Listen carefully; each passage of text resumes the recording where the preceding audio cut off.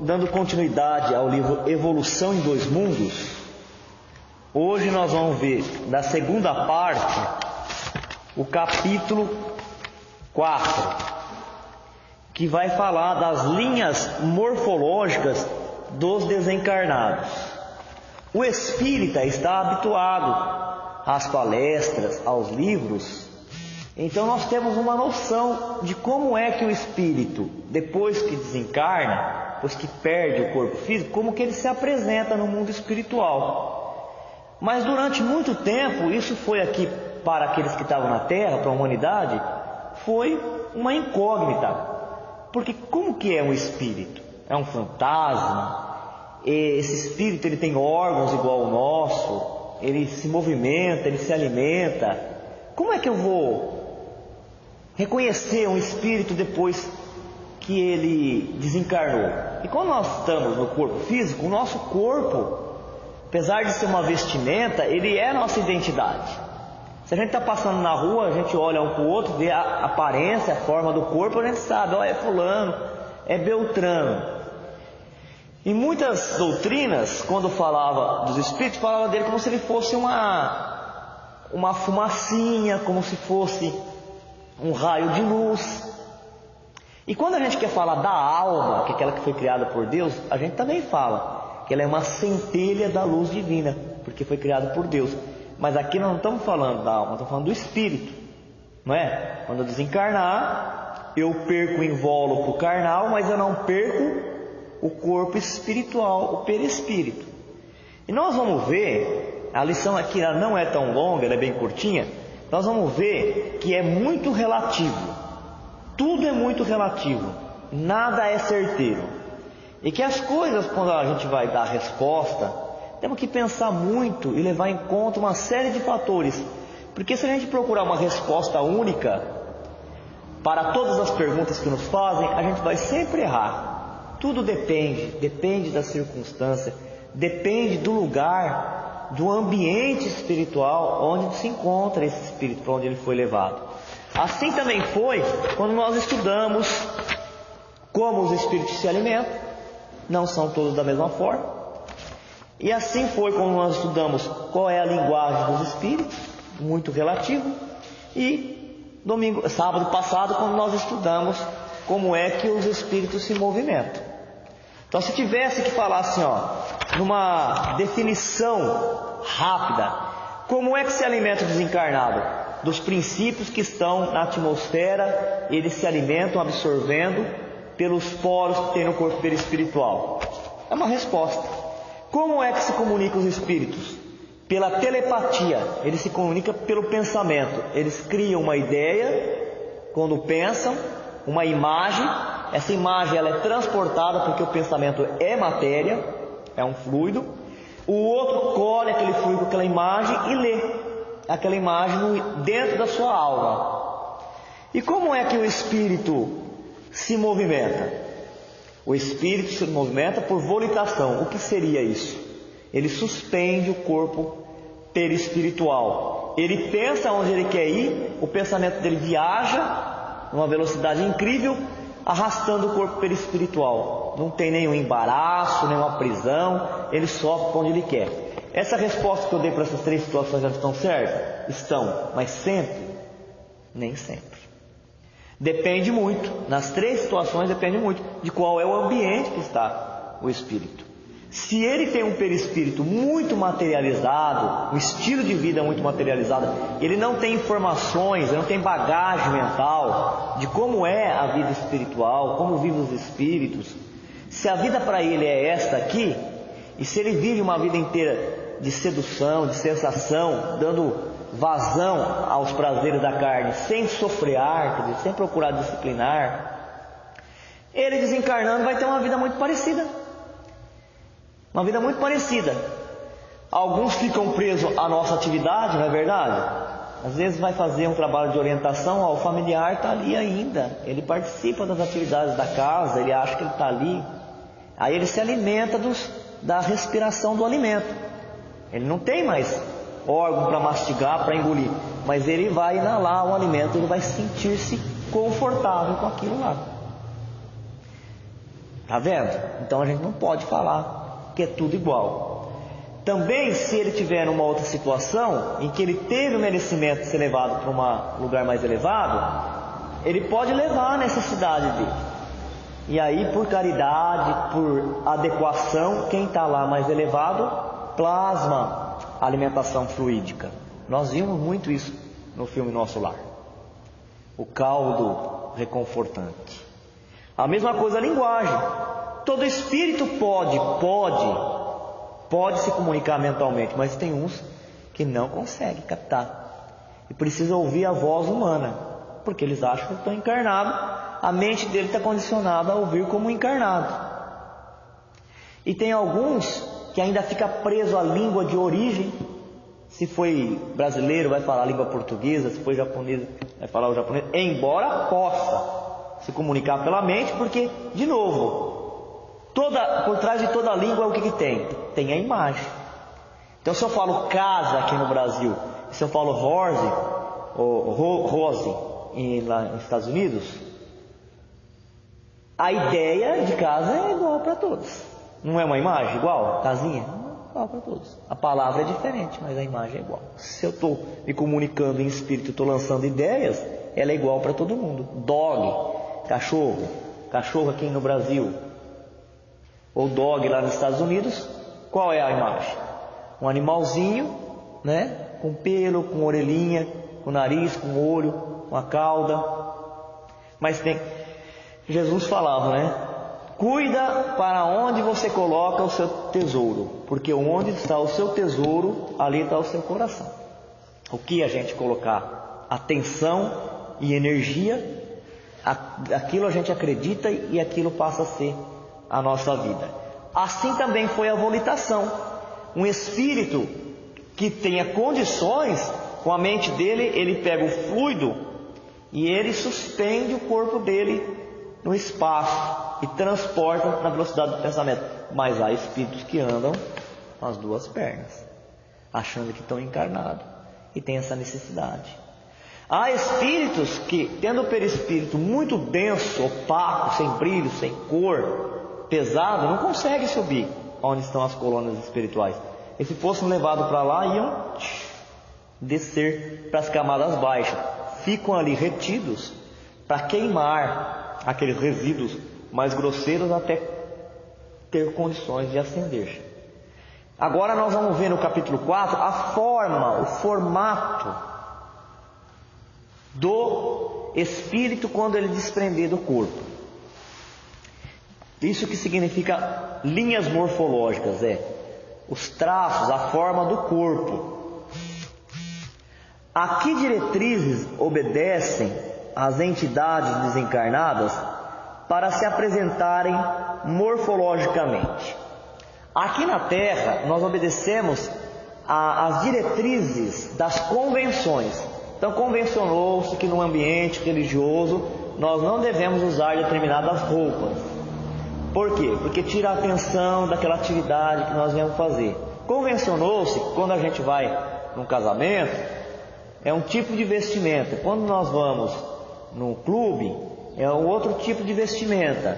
Essas diretrizes que nós estabelecemos aqui na Terra, sociais, que se a gente não obedece, a gente vai num lugar e vê que está todo mundo vestido, a gente se sente mal e muitas vezes faz a gente voltar para casa e mudar a vestimenta. É isso que ele está perguntando. Agora, e no mundo espiritual, que força eles obedecem? É uma regra, é uma lei ou é uma lei natural?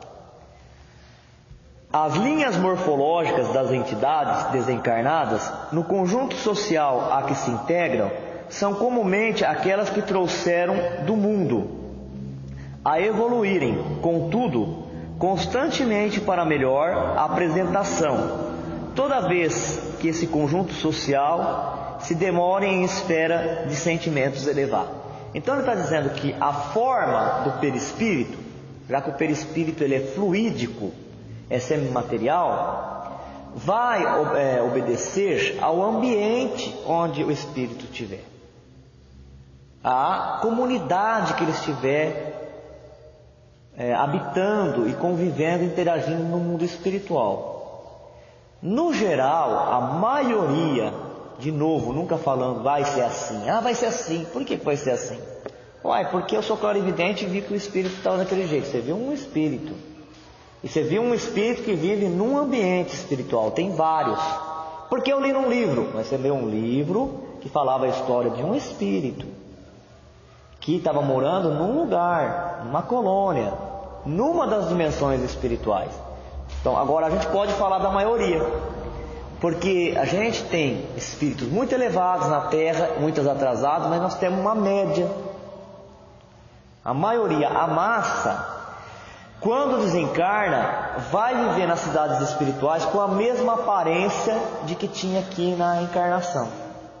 A mesma aparência, por isso que a gente consegue se identificar um ao outro. Se vocês lembrarem lá também de novo, a gente vai estar sempre remetendo ao livro Nosso Lar, porque foi feito um filme e ficou muito fácil da gente conversar agora.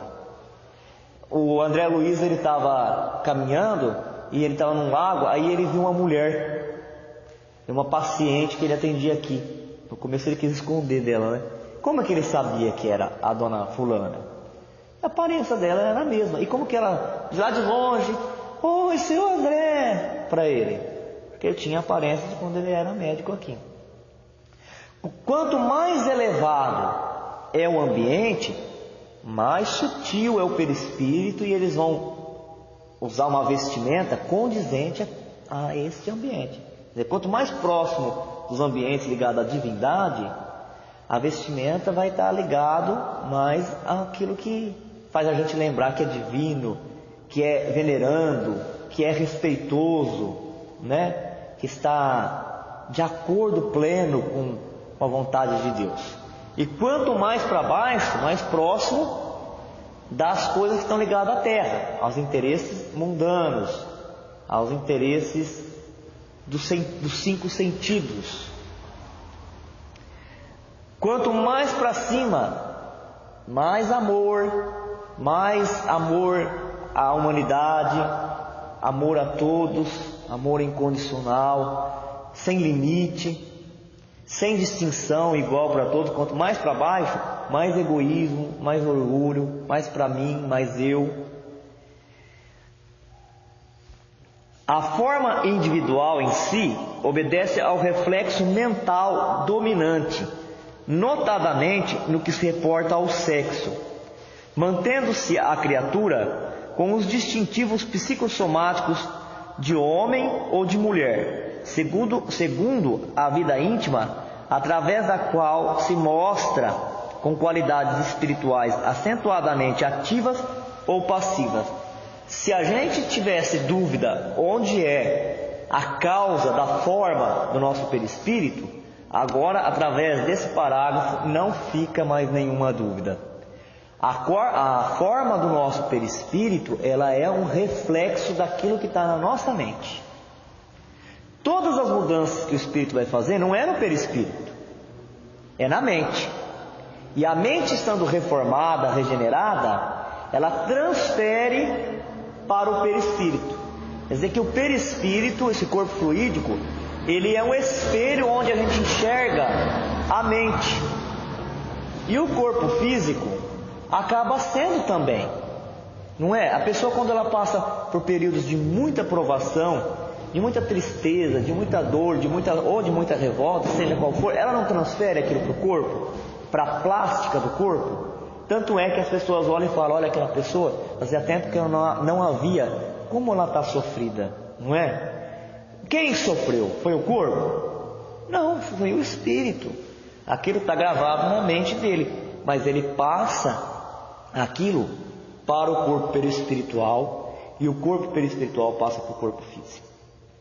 Quando nós saímos de uma encarnação e nós vamos para o mundo espiritual, e quando nós retornamos do mundo espiritual para a nova encarnação, algum problema, alguma desarmonia que está na nossa mente, ela vai passar para o corpo perispiritual, que vai modelar o corpo físico. Então aqui ele fala que quando a gente desencarnar nas regiões mais próximas da Terra, nós vamos manter a forma daquilo que nós carregamos na nossa vida íntima. Então o homem vai se apresentar como homem no mundo espiritual. Nós não estamos ainda totalmente desprendidos desse condicionamento. E a mulher vai se apresentar como mulher. Agora, se eu volto lá no livro dos Espíritos, o espírito tem sexo? Não. O espírito não tem aparelho reprodutor masculino e nem aparelho reprodutor feminino. Mas ele tem uma força ativa ou uma força passiva. Estando num corpo masculino ou num corpo feminino, não tem pessoa que é mais ativa? Não, nós vamos fazer isso sim, aquilo lá. E as outras a força mais passiva, de esperar a liderança, esperar que os outros ofereçam o comando. Então, a mesma coisa vai acontecer, porque o espírito ele vai acumulando aquisições. Quando ele reencarna como homem, ele vai adquirindo as experiências dessa condição que ser homem na Terra oferece. Embora agora as relações sociais estejam equiparadas, né? Porque o homem e a mulher está chegando no período da regeneração, eles estão tendo atividades iguais. Mas durante muito tempo o homem que encarnava na Terra, ele tinha essa função de liderança, de assumir a responsabilidade sobre o lar. Ele saía do lar, ia se comunicar com as outras famílias, não é isso? E respondia pela família. Então, todos nós encarnamos nessa condição, porque nós temos milhares de encarnações. Nós estamos treinando isso, organização, liderança. Depois, no corpo da mulher, o cuidado com a prole, a organização do lar, o acolhimento. O espírito tem que ter tudo isso. O espírito tem que ter as duas partes, né? Então, encarnando como homem ele vai adquirindo isso, encarnando como mulher vai adquirindo isso. Mas quando ele desencarna e vai para o mundo espiritual, ele vai manter a forma que ele está. Com exceção, olha o parágrafo que vem após. Com exceção nos casos de inversões. Um espírito ele tem a força ativa muito forte no mundo espiritual. Mas quem planeja a encarnação dele, planeja a encarnação dele como mulher. Mas ele está intimamente ainda identificado como homem. Ele encarna como mulher. Como é que ele vai pensar aqui na Terra? Como homem. Como é que ele vai sentir? Como homem. Quando ele desencarnar, mesmo tendo um corpo de mulher, ele não está mais no corpo físico. A mente vai transmitir para a forma perispiritual o que ele é no mundo íntimo, não o que ele foi no corpo físico. Entenderam isso ou não? Oi? Porque a mente é a matriz. Ela transfere para o corpo aquilo que ela pensa, com o que ela se identifica. Não é uma reencarnação mais próxima? Ah, por que ele reencarnou? Não, ele vem com as ideias porque é ele. É ele mesmo, é o que ele conseguiu acumular durante as experiências. Ele teve experiência como homem e como mulher, mas a mais marcante dele foi como homem. Ele ainda está se identificando como homem. Mesmo sendo uma mulher? Não, ele não é uma mulher, ele é um homem. Ele não reencarnou como mulher? Aí é que está. Aí ele é reencarnado como mulher, porque se deixasse ele encarnar, se deixasse a mente dele agir sobre o corpo físico, o que o corpo físico dele ia plasmar? Um homem de novo. Mas aqui ele colocou duas situações: ou vem por uma prova ou vem por uma missão. Vamos imaginar, agora não, mas vamos imaginar no tempo recuado. Se um espírito trouxesse na bagagem dele como missão uma atividade que ele precisava sair para a sociedade, a mulher não podia nem rir, nem sorrir, nem rir publicamente, quanto mais falar. Ela interferia muito, mas dentro da casa, e através da cabeça que ela fazia, que era o homem fazia o que ela queria, mas através do homem. Vamos recuar 100 anos, 200 anos, 300 anos. A mulher, ela podia fazer alguma coisa? Ela não podia. Tanto é que quem é que veio aqui no Brasil, vamos tirar por aí, quem é que veio aqui junto com os portugueses catequizar os índios? Foi alguma mulher? Então, Padre Anchieta, Manuel da Nobre teve que encarnar como o quê? Como homem. Esses espíritos não precisavam mais ser homem ou ser mulher. Eles já são espíritos. Mas na hora de escolher o corpo dele por missão, que corpo que escolheram? Que homem, senão eles não podiam vir aqui, no meio da mata, cheio de bandido, Como é que ele dizia virgem? E mesmo assim, alguns eram bem frágeis, né? Quando nós fomos para Santos, lá em Caiçara, nós fomos visitar o lugar que ficou o padre Anchieta, que ele teve um problema de saúde muito grande. Tinha que dormir sobre uma cama de pedra, porque ele tinha o que hoje a ciência chama de reumatismo, artrite, artrose, essas coisas todas. Mas mesmo assim, era muito mais apropriado ele ter vindo como um homem do que como uma mulher naquela época, naquela experiência. O Chico Xavier teve várias encarnações como mulher. O mundo íntimo dele é do quê? É uma mulher. Não está falando que ele tem desejos de sexualidade, de sexo por um homem. Não, está falando que a natureza dele, as atitudes é de afabilidade, é aquela força de acolher como se fosse uma mãe, de trazer as pessoas perto, de ser amorosa, né? Agora, nos casos de inversões, vamos supor, uma mulher, nós não estamos falando de um espírito agora da natureza do Chico, nem nem do padre Anchieta, nem nada disso. Vamos dizer um espírito. Um espírito que se fez através das últimas encarnações como um homem. E aí, desejam encarnar ele, fazem um planejamento que é melhor ele encarnar-se como uma mulher. Na hora que ele estiver dentro do corpo de uma mulher, ele não vai enxergar-se como uma mulher. E este que ainda está naquela fase de treinar a mente sobrepujar sobre o corpo, ele vai ter desejos sexuais pelo mesmo sexo, estando na Terra. Ele não vai abordar isso porque ele não está falando do sexo agora, ele está falando só da forma física e da forma espiritual. Então vamos voltar para isso. Na hora que ele desencarnar, ele volta a ser o que ele é. Por quê? Porque as células do corpo perispiritual, elas não são tão duras como essa, rígida. O espírito, ele passa, como nós falamos, mais para a plástica do rosto, né?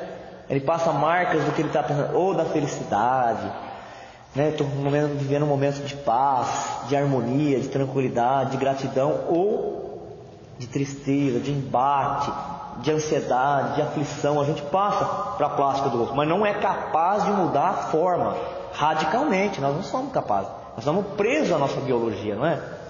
A gente muda um pouquinho para cima, um pouquinho para baixo das características familiares, daquilo que nós herdamos do pai e da mãe, porque o corpo físico ele é compacto, ele é duro, mas desencarnou-se, desligou-se fluidicamente do corpo físico.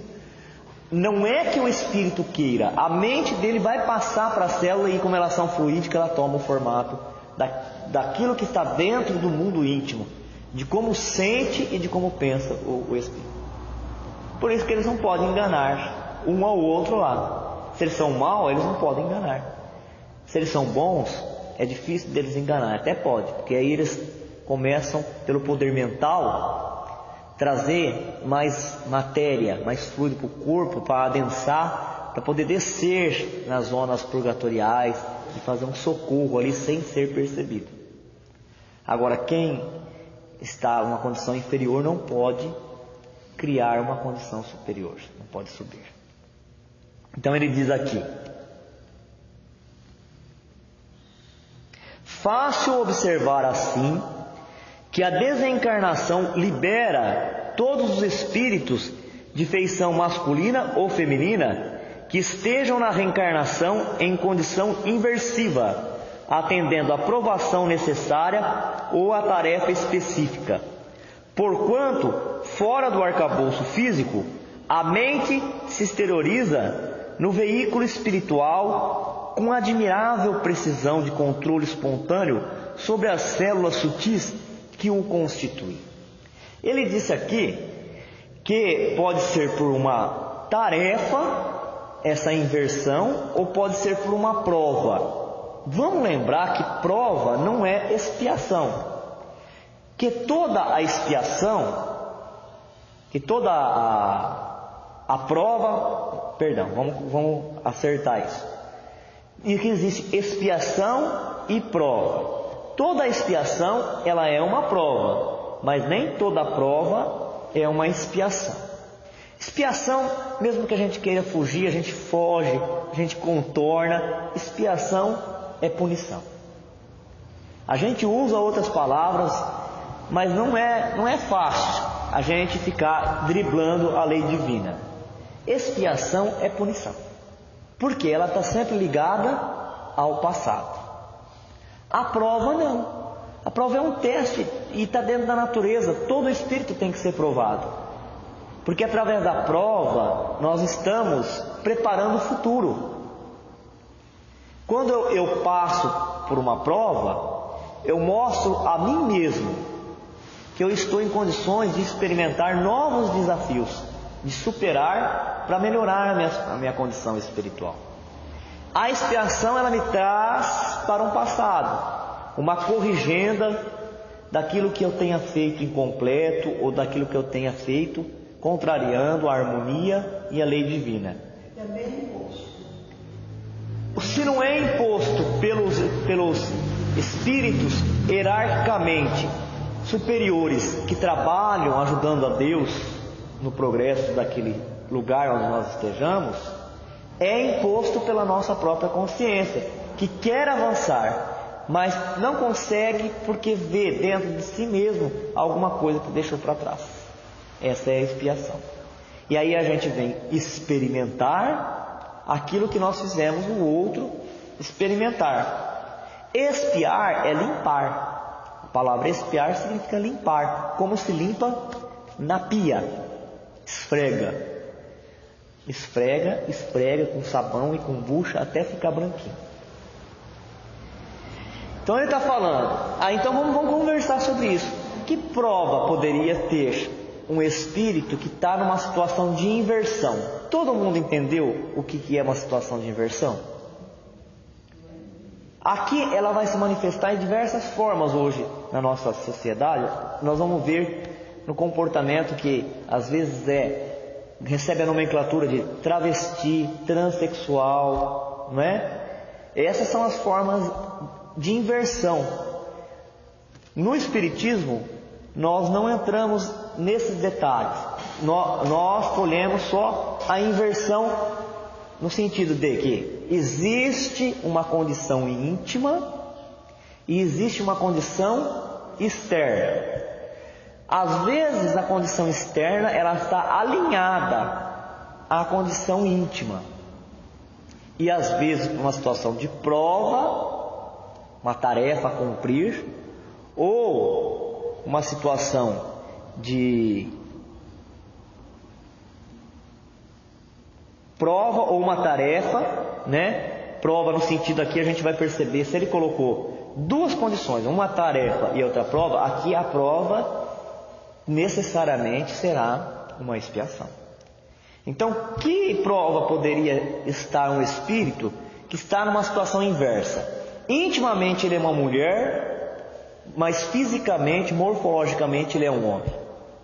Ou o contrário, intimamente ele é um homem, mas na aparência ele é uma mulher. Qual prova que poderia estar sendo colocada por um espírito nessa condição de inversão?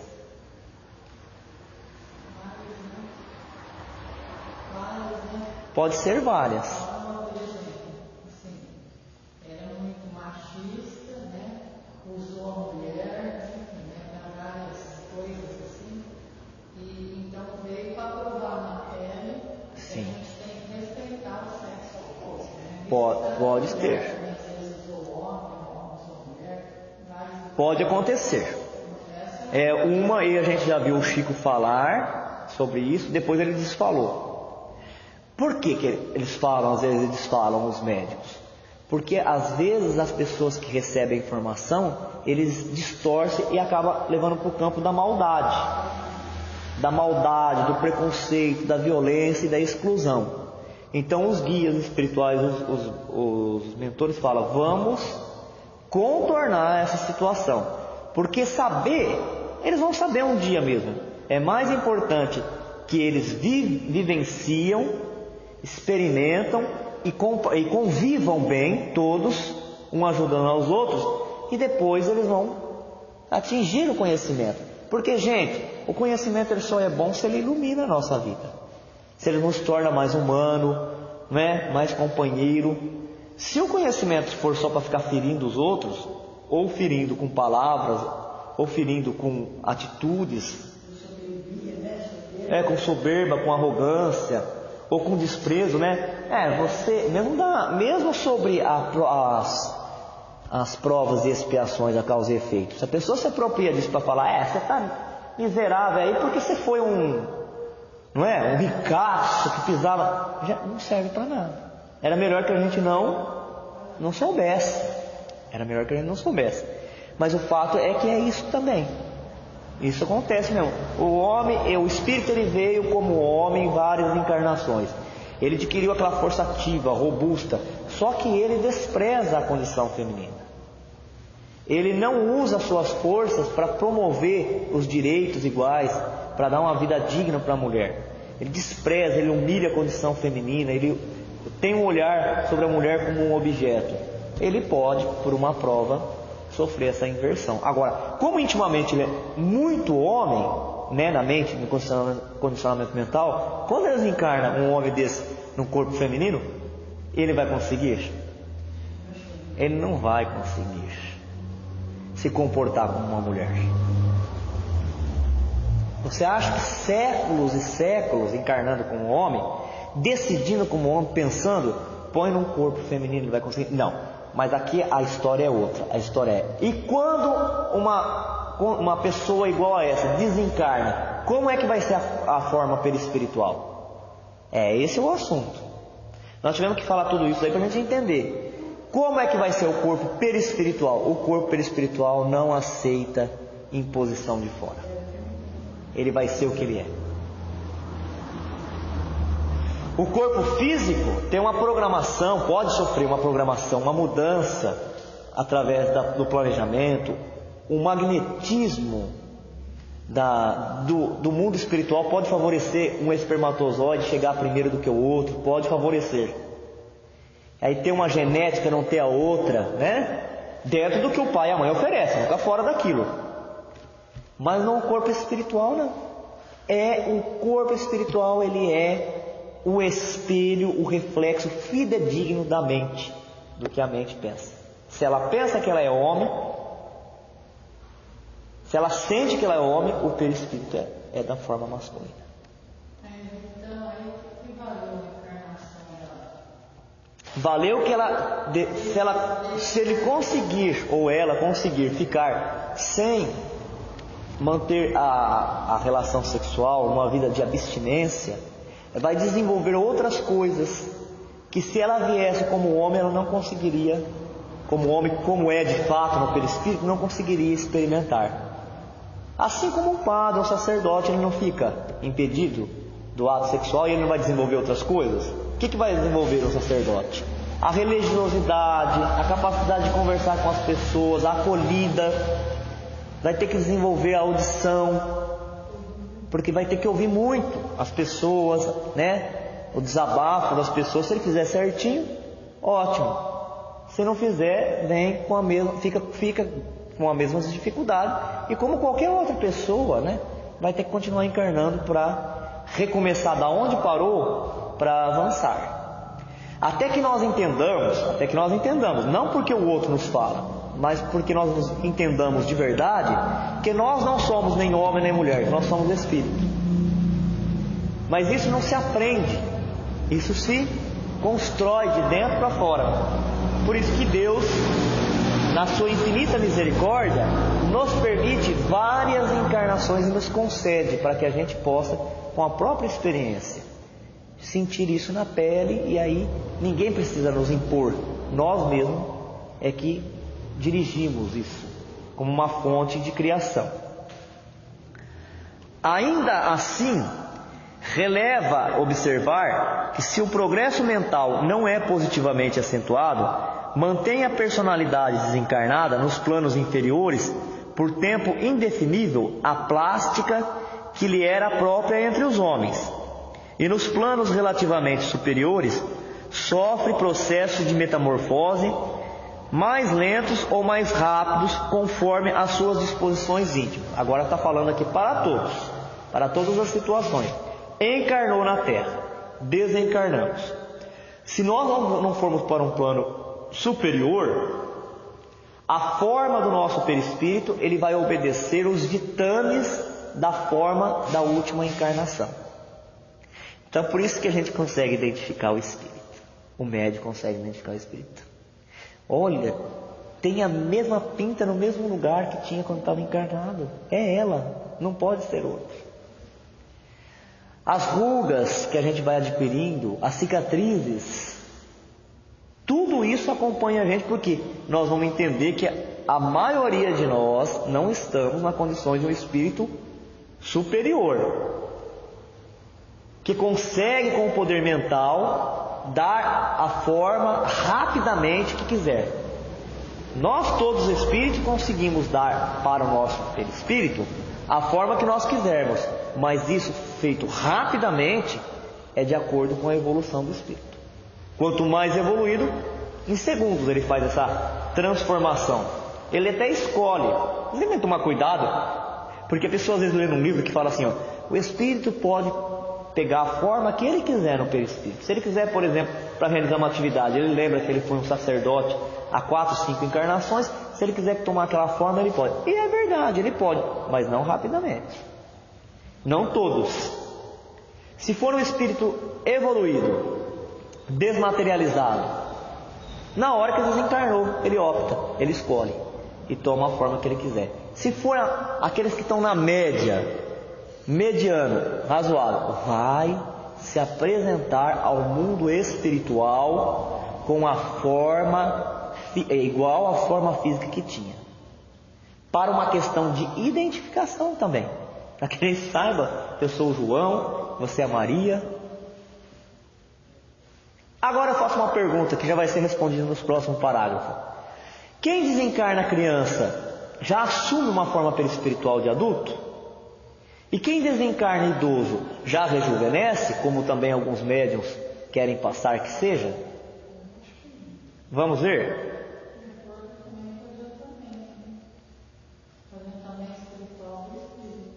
Também.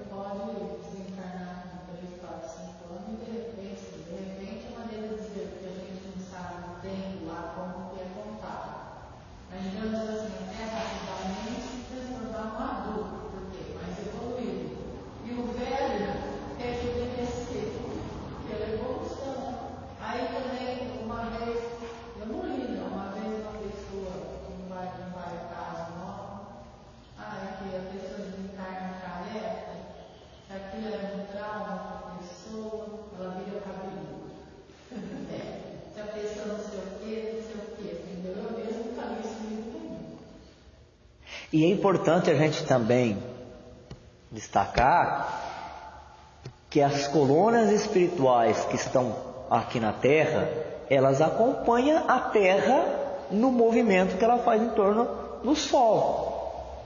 Quer dizer que a contagem de tempo para o mundo espiritual próximo, onde vai a maioria de nós, não é tão diferente.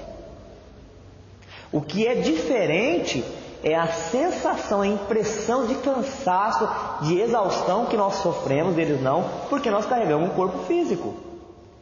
Mas vamos imaginar que aqui, ó, esse livro aqui, ó, na ponta desse livro é o Brasil. A Terra está girando na rotação, as colônias estão girando junto. Pararam para pensar isso? Se ainda é material, acompanha a gravidade. Se não, olha o que acontecer. A colônia Nosso Lar está aqui no Rio de Janeiro. O Brasil está girando agora aqui, ó, na rotação. Ela ia ficar lá para trás? Depois ia buscar ela de novo. Vamos buscar. Ficou para trás? Não. É muito mais material do que a gente imagina. Agora subiu, aí é diferente. Aí a gente nem sabe o que é. A morada definitiva do Espírito, o Espírito perfeito, aquele que encontrou o reino dos céus, que voltou, fez o retorno para a casa do Pai, este, só quando nós estivermos lá para falar. Não dá. Falta muita coisa para a gente. Agora, a sensação de exaustão é diferente, porque eles não têm que carregar um corpo físico. Se você está num lugar bom, aí vai entrar na mesma situação daqui. Se você está num lugar bom, a hora voa.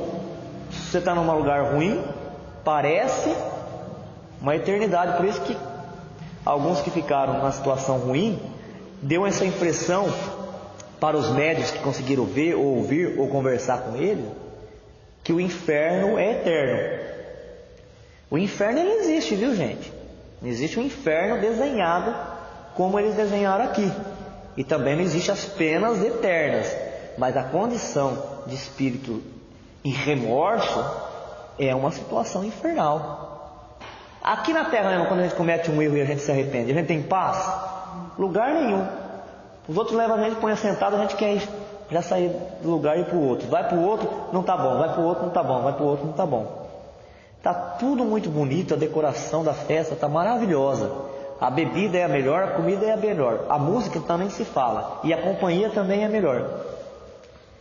Mas se você não tiver com a consciência tranquila, em paz, nada é bom. Tudo fica difícil. E é isso mesmo, depende mais uma vez da evolução do espírito. Vamos ver?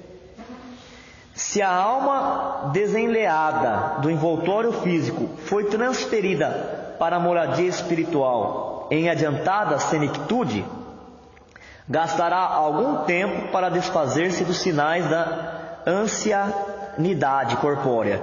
Se deseja remoçar o próprio aspecto e na hipótese de haver partido da terra na juventude primeira, deverá igualmente esperar que o tempo a auxilie, caso se proponha a obtenção de traços de madureza.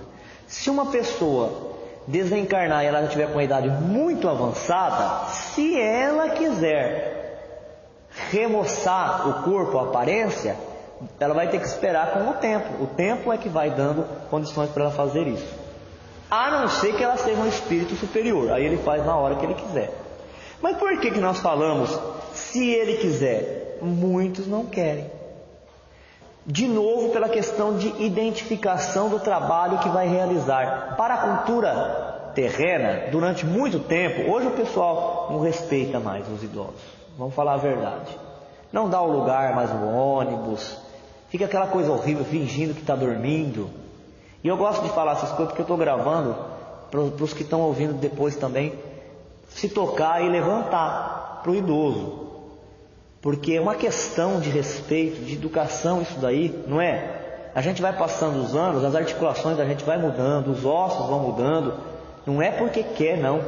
E quantas pessoas que a gente ouve reclamar porque tem a senha preferencial no banco?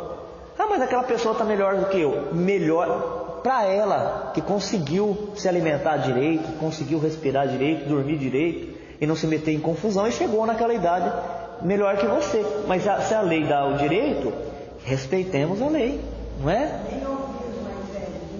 Pois é. Pois é. Mas tirando esse fenômeno que está acontecendo aqui, e vai passar, se Deus quiser, durante muito tempo, milhares de anos, é cultural, é tradição na Terra que os idosos são sábios, porque têm experiência de vida. Em todas as culturas, até nas tribais. Tanto é que os conselhos, numa tribo indígena, numa tribo africana, ela é constituída de ancião. Tudo que vai ser feito, decidido coletivamente, é perguntado para eles. Eles opinam, eles optam. Decidem e são ouvidos. Então, se você no mundo espiritual vai ocupar uma posição como esta, de conselheiro, de orientador, dirigindo alguma instituição, nem sempre vale a pena remoçar. Não é? A gente fala assim, ixi, vai pegar a direção da casa, mas tão novo, meu Deus do céu. Vai pegar a direção da cidade, tão novo, vai fazer o quê, hein? O que será que vai fazer? Não fica suspenso? Pode dar certo, pode ser muito bom, mas fica sempre uma indagação, uma incógnita.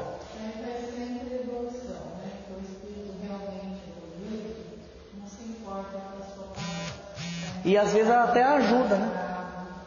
Às vezes ela até ajuda. Tem alguns espíritos que já se desprenderam das religiões aqui da Terra, mas foram sacerdotes. Quando eles vão descer para fazer o resgate, eles não estão resgatando o espírito igual a ele. Ah, mas por que está vestindo como padre, sacerdote?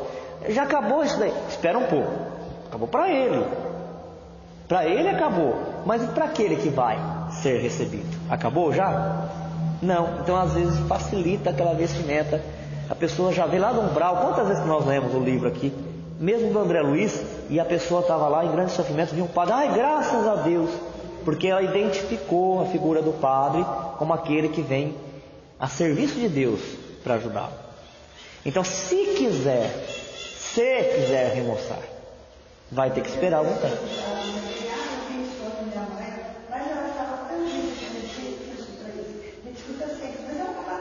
Mas olha só aqui, ó. Você nunca vai ouvir alguém falar isso, a não ser que o espírito é superior, em pouco tempo de desencarnado. A não ser que o espírito já tinha qualidades. O tempo, quer dizer, quanto mais tempo no mundo espiritual, mais remoçar. A aparência, né? A aparência. E se desencarnar na primeira infância?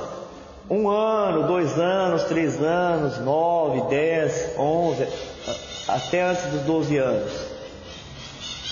Com o tempo, se o espírito quiser, com o tempo. Ele não consegue também fazer isso de uma hora para outra. Ah, mas nós vimos um espírito, eu sou clarividente, e eu vi um espírito. O menino tinha 3 anos de idade. Fazia pouco tempo que ele tinha desencarnado, e ele me apareceu já como um homem. Então porque ele é evoluído. É um espírito evoluído. Não está falando que não pode. Está falando para a maioria. A maioria dos espíritos que deixam a Terra e vão para o mundo espiritual, é com o tempo que vai conseguindo fazer modificações no corpo perispiritual. E se ele for avançado, faz, não tem tempo, faz quando quiser. Você lembra também em alguns livros que falavam que tinha uma colônia, a mansão era da paz? Não era da paz, né? E que eles acolhiam as crianças, cuidavam delas como se fossem crianças, tinha berçários e tudo isso. É por causa disso aqui. Depende do ambiente, da camada espiritual, da dimensão e da condição íntima. Como é que o espírito se identifica? E ele vai continuar sendo o espírito antigo, com todas as aquisições dentro dele. Mas naquele momento ele está se identificando com aquela forma. É só a forma. É a forma do perispírito que está refletindo a mente dele. Aqui na Terra não tem um monte de gente já, marmanjo, que se identifica como criança? Nós temos. Parece uma criancinha, falando. Fala como se fosse um bebê, né? Cabe, entretanto, considerar que isso ocorre apenas com os espíritos, aliás, em maioria esmagadora, que ainda não têm disposição o bastante aperfeiçoado moralidade. Deixa eu voltar a isso. Ainda não dispõe de bastante aperfeiçoamento moral e intelectual, pois quanto mais elevado se lhes descortine o degrau de progresso, mais amplo se revela o poder plástico sobre as células que lhes entretecem o instrumento de manifestação. Em alto nível, a inteligência opera em minutos certas alterações que as entidades de cultura mediana gastam por vezes alguns anos a efetuar. Temos também, nas sociedades respeitáveis da espiritualidade, aqueles companheiros que depois de estágios depurativos se elevam até elas por intercessões afetivas ou merecimentos próprios, carregando, porém, consigo determinadas marcas deprimentes, como sejam mutilações que os desfiguraram, inibições ou moléstias que se denunciam na psicosfera que os envolve, ou distintivos os outros menos dignos, como remanescentes de circuitos mentais dos remorsos que padeceram, a se lhes concentrarem desequilibrados sobre certas zonas do corpo espiritual. Mas em todos esses casos, as entidades em lide ali se encontram, habitualmente por períodos limitados de reeducação e refazimento, para regressarem a tempo breve no rumo das sendas de saneamento e resgate nas reencarnações redentoras. O que o André Luiz falou aqui agora no finalzinho? Ele falou assim, que às vezes um espírito ele vem para a Terra numa situação kármica, então ele passa por uma deformação no corpo, às vezes até mutilação, não tem um órgão, não tem uma perna, não tem um olho, não tem um braço, ou tem os órgãos deformados. Aí ele desencarna. Se fosse deixar por conta da própria natureza espiritual, aquele espírito ele se identifica sendo assim ainda. Então a mente dele vai plasmar no perispírito aquela deformidade. E alguns desses espíritos, ficariam numa camada mais baixa, mas são levados para uma camada mais alta, por intercessão, por merecimento de familiares, intercessão do grupo familiar que lhe é afim. Aí eles são levados para lá, como aconteceu com André Luiz, que foi levado por Clarence, um ministro do nosso lar. Se fosse por conta do André Luiz, ele não ia para o nosso lar. A camada dele é mais embaixo. Mas ele foi porque acima de nosso lar tem a sua mãe. A sua mãe tem serviços prestados pelo progresso da humanidade. Ela trabalha com um coração generoso, desprendido dos laços familiares, sem esquecer os familiares. Ela ama a humanidade. É um exercício difícil de se fazer. Sem esquecer dos familiares, ela ama toda a humanidade. O serviço que ela presta é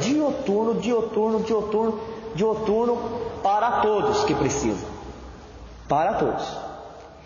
Então ela intercedeu para Clarence, que está numa posição abaixo dela. Talvez ele seja um espírito superior, mas está trabalhando numa dimensão abaixo. E ele veio buscar André Luiz. André Luiz está lá na colônia Nosso Lar. Olha, ele mesmo está falando aqui. Esses espíritos ficam numa situação, num lugar mais elevado do que eles estão merecendo. Mas não por muito tempo. Até que se prepare uma nova encarnação. Quer dizer que ele tem que encarnar. Até que se prepare uma nova encarnação e ele venha recomeçar aqui. Aí ninguém faz por ele. Da onde ele parou. Vai ser tentado nas mesmas tentações, se ele vencer muito bem. Senão, continua onde ele parou. Ninguém vai lançar ele para cima porque é meu parente, porque eu gosto. Mas já vale, né? Já valeu. Esse auxílio é só dar individualidade. Os terrenos não têm essa coisa de ajudar as pessoas a fazer esse curso. Não. É só na espiritualidade. A gente pode, porque a gente se desliga do corpo e a gente pode pedir, se foi ajudado, que nem vamos falar de novo André Luiz. Se ele tivesse sido um médico generoso, um médico caridoso, nós, quando a gente tivesse desprendido, a gente ia pedir para os nossos familiares, interceda junto a ele, vamos ajudá-lo, né? Porque é a lei, é a ação e reação, é da lei. Ele atendia eles num canto, como os outros reclamando, que é secretário legal. É. Dela e da mãe. Agora, se de repente ele tivesse sido um médico caridoso, estaria assim, um monte de gente Um pedindo. monte de gente pedindo. Exatamente. Mas você vê, a gente fala, mas ele foi e ele fazia todas as coisas que ele mesmo fala que fazia. Tudo bem, ele foi por intercessão. Mas ele não vai ficar. Ele vai ficar quando ele merecer. Ele vai se preparar.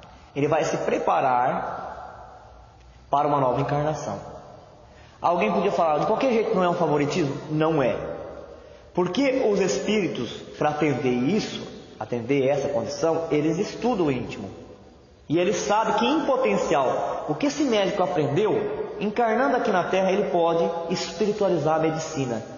É tudo levado em conta, a gente não consegue acompanhar o conjunto das decisões.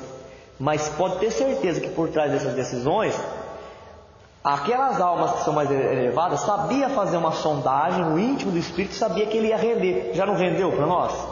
Antes de reencarnar aqui de novo, ele já não rendeu? Quanto conhecimento que ele não trouxe? Já rendeu. Eu sempre pensei nisso, Dona André. Eu falo que eles fizeram vários comigo. E chegando lá, sabiam o que ele podia proporcionar para a Terra. E eles encaminharam o mais rápido possível. Capacitaram os eleitos, não elegeram os capacitados. Porque quanto que ele nos ajudou? Exatamente. Quanto que ele ajudou?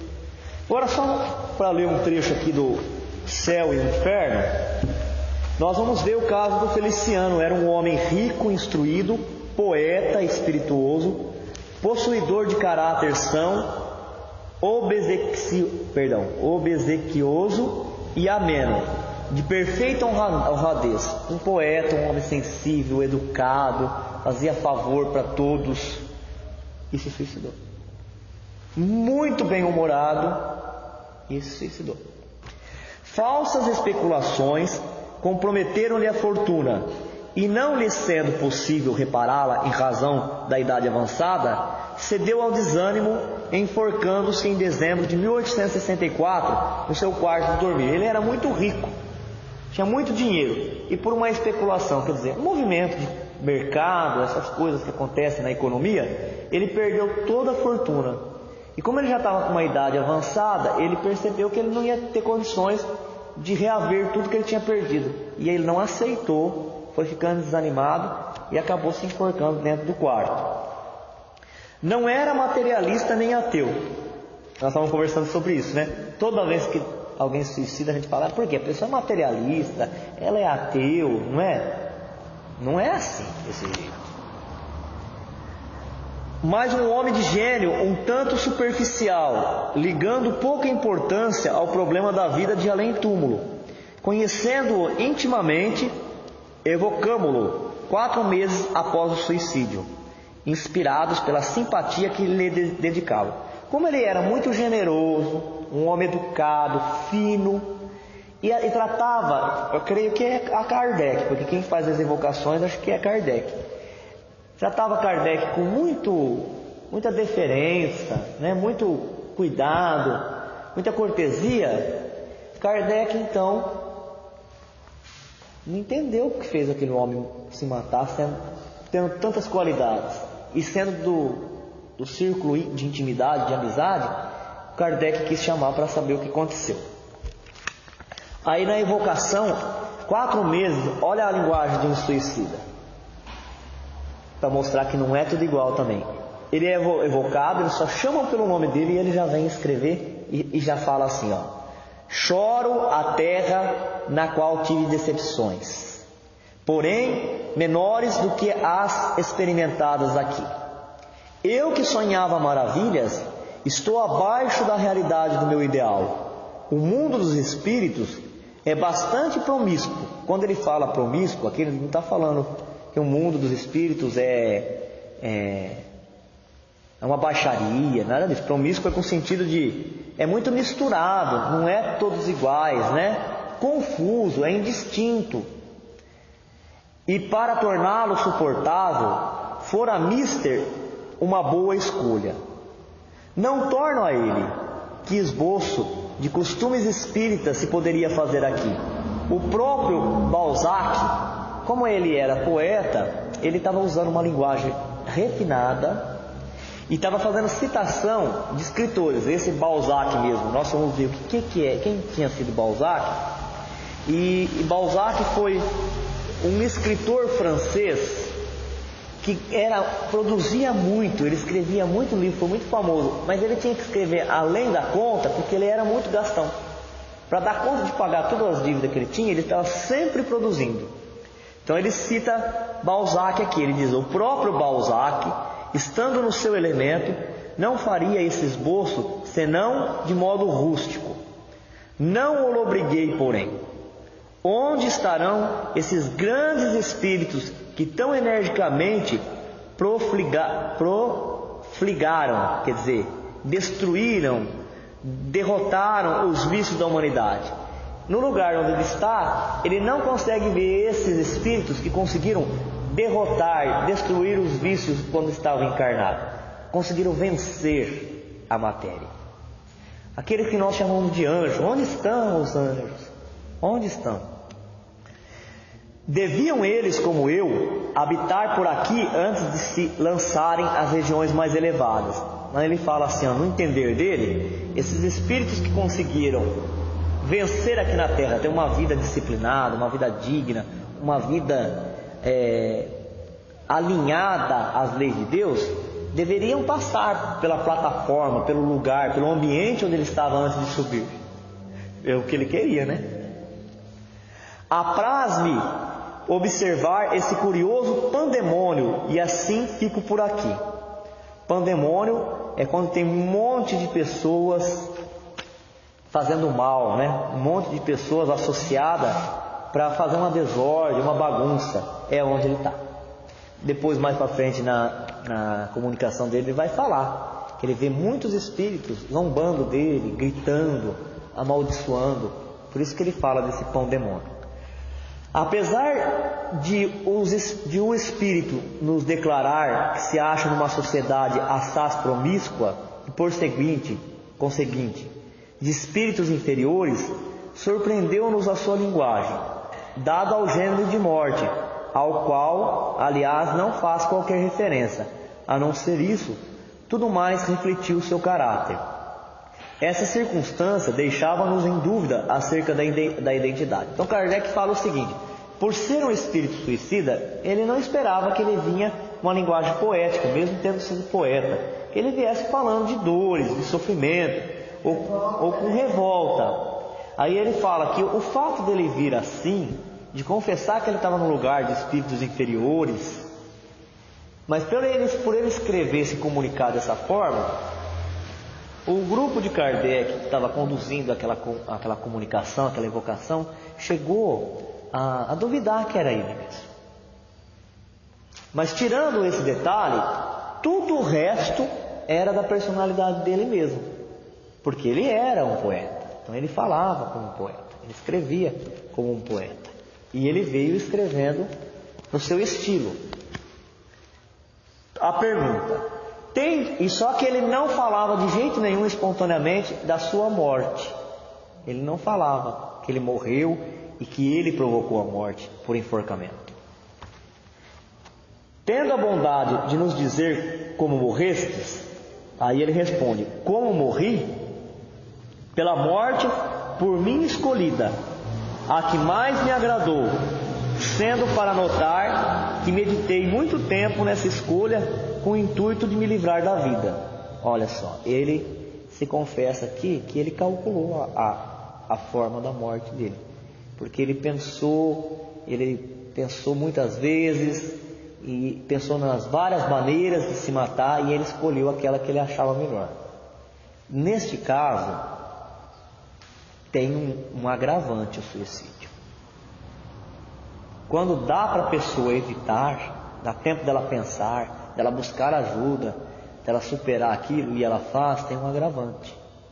Se fosse por uma loucura, por uma paixão, um crime passional, tem uma doença, tem uma atenuante. A espiritualidade leva em conta e ajuda mais rapidamente a pessoa a sair daquela situação de sofrimento.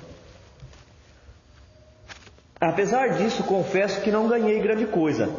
Libertei-me dos cuidados materiais, porém para encontrá-los mais graves e penosos na condição de espírito, da qual nem sequer prevejo o fim. Como eles estavam em dúvida se era ele mesmo, se era o Feliciano, eles interromperam a comunicação por um tempo e chamaram o guia do médium para conversar com o guia do médium.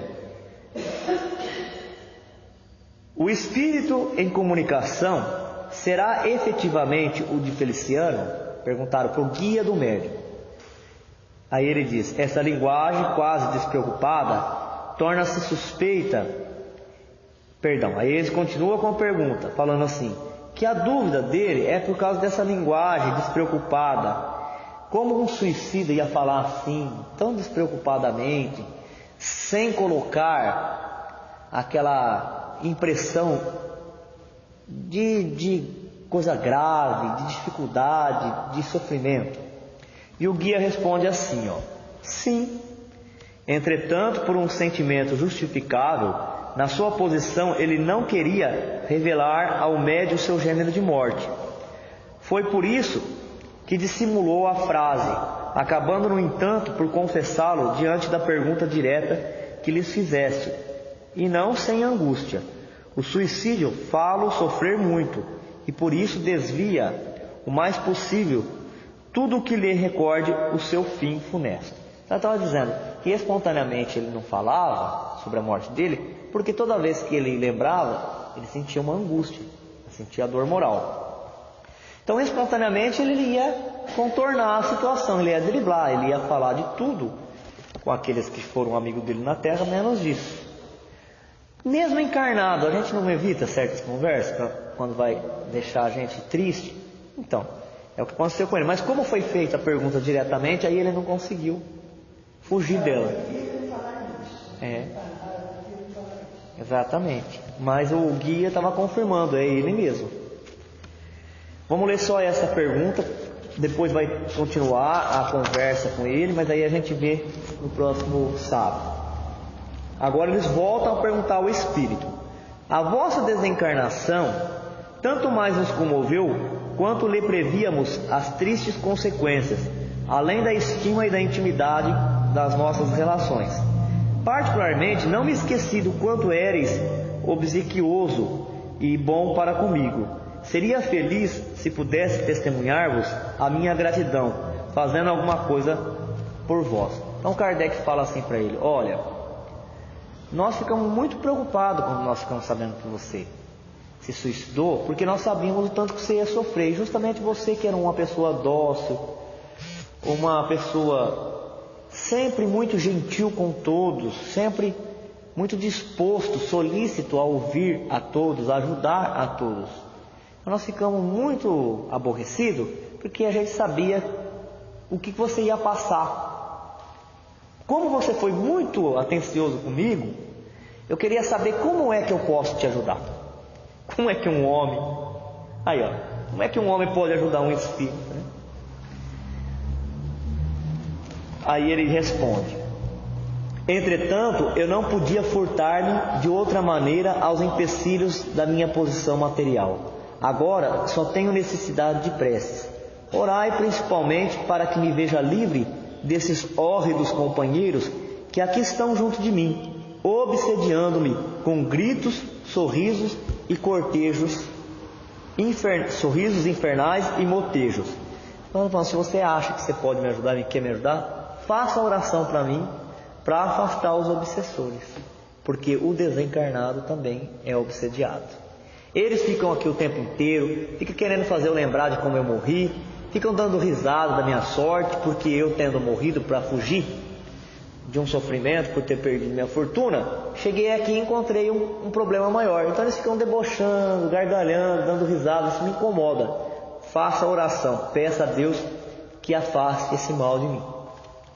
Eles chamam-me covarde, e com razão, porque é covardia renunciar à vida. É a 4ª vez que sucumbo a essa provação. Não obstante a formal promessa de não falir, fatalidade, orai por mim. Então ele diz assim, que fazia 4 encarnações que ele estava se suicidando, embora quando ele fosse socorrido, ele prometia, ele se comprometia e falava que não ia fazer mais, que ia chegar até o final da encarnação. Só que ele acha que é uma fatalidade. Na continuidade da conversa com ele, Kardec vai falar que não é uma fatalidade. Quantas vezes que a gente ouve falar, e todas as semanas quase a gente ouve falar, que o corpo é fraco. E na verdade não é fraco o corpo, o fraco é o espírito. O corpo, depois que o espírito se desliga dele, não é nada. ele não tem vida. Ele é tudo quando nós estamos encarnados, porque ele é um instrumento para a gente interagir aqui, mas ele não decide, ele não toma a decisão. Quem é tentado é o espírito, quem sente é o espírito, as coisas boas e as coisas ruins. E quatro, isso aí é o caso de expiação, né? Você vai entrar para frente, você vai ser isso e aquilo para breve. Ah, sim, se ele continuar falhando. Pode ser que eles decidam, optem por isso. Porque voltando ao caso do André Luiz, ele vai ficar ali um tempo nas regiões inferiores e alguém vai interceder por ele. Ele vai ser levado para uma região que ele não merece viver. Então ele vai ficar lá para planejar rapidamente uma outra encarnação. Quando ele chegar na mesma idade, o que vai acontecer com ele? Seja a encarnação que ele tiver, seja pobre, porque ele foi rico, seja pobre. Aqui o motivo foi porque ele perdeu a riqueza. Se fosse numa outra encarnação, o motivo ia ser porque o Corinthians perdeu. Se fosse na outra, exatamente, chegando na idade que ele cometeu o suicídio, ele vai ser tentado de novo. O próprio espírito dele vai lançar para fora o pensamento. Ele vai ser tentado. Se ele vencer, na outra, ele já não tem mais isso na vida dele. Que suplício o meu! Quanto sou desgraçado! Orando, fazei por mim mais do que vós, mais que por vós eu pude fazer quando na terra. Mas a prova, ante a qual fracassei tantas vezes, aí está retraçada, indelével diante de mim. Quer dizer, vocês vão poder, orando, me ajudar muito, porque vai afastar essas perturbações, vai deixar eu me reorganizar. Agora, o que eu fiz aí na terra, ninguém vai conseguir apagar, é indelével, não apaga da minha memória, da minha mente. Quer dizer, nenhuma oração vai fazer a lembrança do suicídio cometido apagar. Ela pode já começar a prepará-lo, ele, para um novo caminho, para um arrependimento, para uma reparação. Tereis forças? Ele pergunta. Recomeçar a vida tantas vezes, lutar por tanto tempo para sucumbir aos acontecimentos, é desesperador, mesmo aqui. Eis porque tenho necessidade de força. Dizem que podemos obtê-la pela prece. Orai por mim, que eu quero orar também. Esse caso particular de suicídio, então vamos só comentar aqui o que ele termina de falar. Ele fala que a memória do que ele fez não vai apagar por prece nenhuma que nós fizermos. Ele vai ter realmente que encarnar e vencer essa tentação. Não vai poder se matar, vai ter que vencer. Mas que a oração dá força, dá um encorajamento moral, porque ele pode não querer reencarnar. Mas quando a gente começa a fazer oração, prece, animá-lo, ele vai e vai conseguir. Uma hora ele vai conseguir. E aí então, finalizando com um comentário sobre o caso. Depois nós vamos voltar ao caso dele, porque eles vão voltar a conversar com ele. Esse caso particular de suicídio, se bem que realizado em circunstâncias vulgares, quer dizer, se bem que acontece muito, esses casos de suicídio, embora são casos vulgares, quer dizer, casos que acontecem muito, com frequência agora, enquanto a gente está conversando e está acontecendo, apresenta uma característica especial. Ele mostra-nos um espírito que se renovará até que ele tenha força para resistir. Ele mostra que um espírito vai ter que se renovar, quer dizer, ir e voltar, até que nasça, até que surja, até que construa dentro dele a força para resistir a essa tentação. Ele não está livre, porque ele desencarnou pelo suicídio e está sofrendo agora lá. Ele não está livre. Então tá bom, ele desencarnou, você viu o que aconteceu com ele? Um monte de espírito debochando, amaldiçoando, ironizando. Ele está sofrendo lá a dor do arrependimento. Então ele está livre quando ele for para a colônia espiritual? Não. Ele vai voltar e ele vai ser novamente tentado, vai ter vontade de se matar. Se ele vai se matar ou não, nós não sabemos. Agora, onde está a misericórdia de Deus nisso, gente? Onde que está? Ela está presente. Nós somos gente, nós somos de fé. Nós não podemos ter dúvida. Às vezes nós não conseguimos enxergar a misericórdia, mas ela existe, ela está presente. Onde está a misericórdia? Na oportunidade que Deus dá dele reencarnar. Reencarnar é uma responsabilidade muito grande. Assim se confirma o fato de não haver proveito no sofrimento. Sempre que deixamos de atingir o fim da encarnação, sendo preciso recomeçá-lo até que saiamos vitoriosos da refrega. Olha o que Kardec nos disse aqui. Quer dizer que não tem nenhuma vantagem no sofrimento. Não é o sofrimento que liberta o espírito. É a superação. É a capacidade de fazer o melhor, de fazer o mais bonito do que fez antes.